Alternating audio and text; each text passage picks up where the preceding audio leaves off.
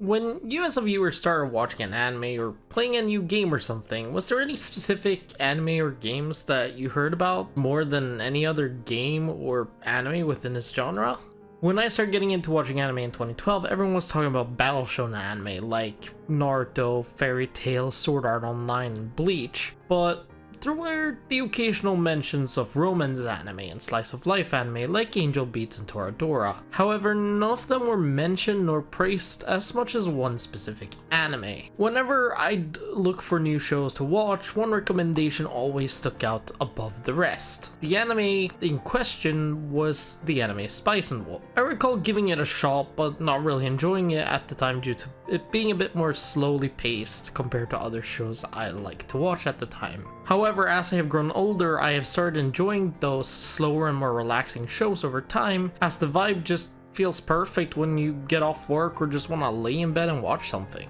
This thought made me remember that I still hadn't watched it yet last year. And so, last summer, I sat down and watched both seasons of the original anime and realized how incredible it was and how much I missed out on not watching it earlier. Though I'm actually kinda happy I missed out on it, in all honesty, as I feel as if my 12-year-old self wouldn't have enjoyed Spice and Wolf or been able to understand and appreciate it as much as I ended up doing as an adult. While Spice and Wolf is a bit slow, it is still chock full of interesting conversations about things like economy, how a market for traveling merchants in their world works, and even how different locations vary in what happens there and how they work, which makes the show's world building straight up phenomenal. And with the new remake of the anime, I was worried that a lot of this would be lost in translation, but was overjoyed to see that it really wasn't. The new remake of the series soundtrack is amazing through and through, with one of the best OSTs I've heard in a very long time. Kevin Penkin, the composer behind anime such as Tower of God, Made in Abyss, and Rising of the Shield Hero,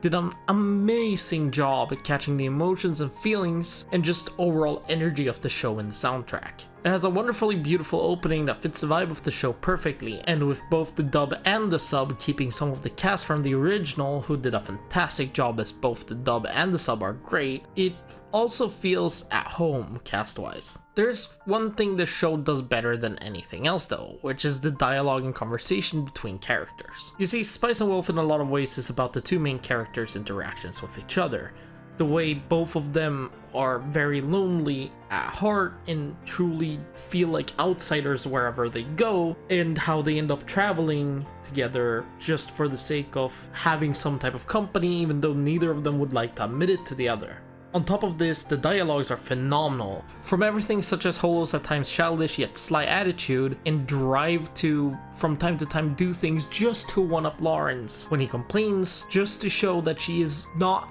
as useful as he at times makes it seems, to Lawrence almost treating her like a child due to her acting like one, although she clearly is very clever due to also being way older than him, with way more experience in just general life things, such as to efficiently sell items as a merchant. Lawrence actively tries to make Holo feel like she isn't really needed, in the sense of that he can manage on his own and that he is more than fine traveling on his own, even though he always constantly ensures that there is always the space for Holo if she wants to travel with him. And with Holo wanting to make it to the northern lands where she originally comes from, she just kinda takes that space for the sake of getting to travel with him as well, because she anyways feels lonely and wants some type of company. And the more that the story goes on, you can tell that Lawrence really appreciates Holo's company, as for example at every night whenever Holo goes to bed and falls asleep, he'll put a blanket over her and turn off the lights, and as soon as the lights are turned off, it in a way tries to show us that without Holo around to keep him company, he feels like he's covered in darkness and he's all alone, and you can see this on his face as well, as he looks a lot more lonely and a lot more sad, which is a massive contrast to when she's awake and actively talking and communicating with him and even messing around with him. Now, I have also seen some complaints about the show showing more nudity than the original, claiming that this ruins the show, and whilst I do agree that it is at times unnecessary to show more nudity, I I do find the rendition we see in this remake actually a lot more interesting between the characters and their dynamic, due to how Lawrence will do specific things for the sake of just ensuring that she feels safe, whilst also showing the contrast between the characters when they're around each other and when not. Great example of this is as soon as Holo is kidnapped, you can see how lonely she constantly feels, and whilst Lawrence is awake and Holo is asleep, you can see how he truly feels lonely without her keeping him company. In this way, it shows that they truly do care for each other, although they have just met and might not want to tell each other about that.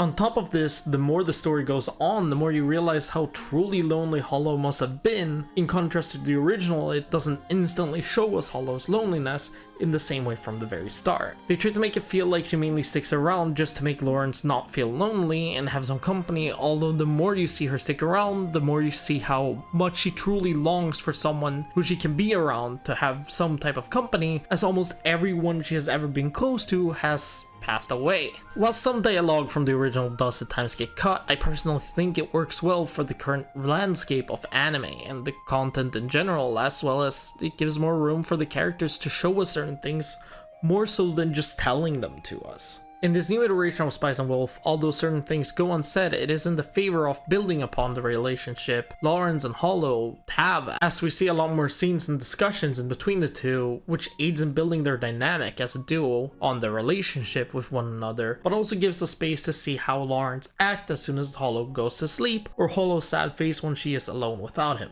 And I think this does a great job at setting up the storytelling in its own way, instead of just doing the exact same thing as the previous iteration of the anime did. At the end of the day, this anime is about their journey together and how it impacts both of them as they both feel alone in a vast world built in a beautiful fantasy landscape. About how they traverse through trouble together, keep each other company when lonely, and banter together, and even argue with each other. It is about two people who feel as if no one in this world understands them due to how they always feel like an outsider no matter where they go, and end up finding this common ground, and over time end up becoming very close. At the end of the day, this is the story of Spice and Wolf, Merchant meets the Wise Wolf. It isn't supposed to be the exact same thing as the previous iteration of the show. It is supposed to be a new interpretation of the show, and that is perfectly fine on its own. Whilst it is healthy to compare the two, I do think that looking at one as definitive over the other is not necessarily necessary at this point. At the end of the day, this current season, at least, of the show hasn't finished, so we don't know how good or bad it will be until we see more of it. And I think that where we are right now with it,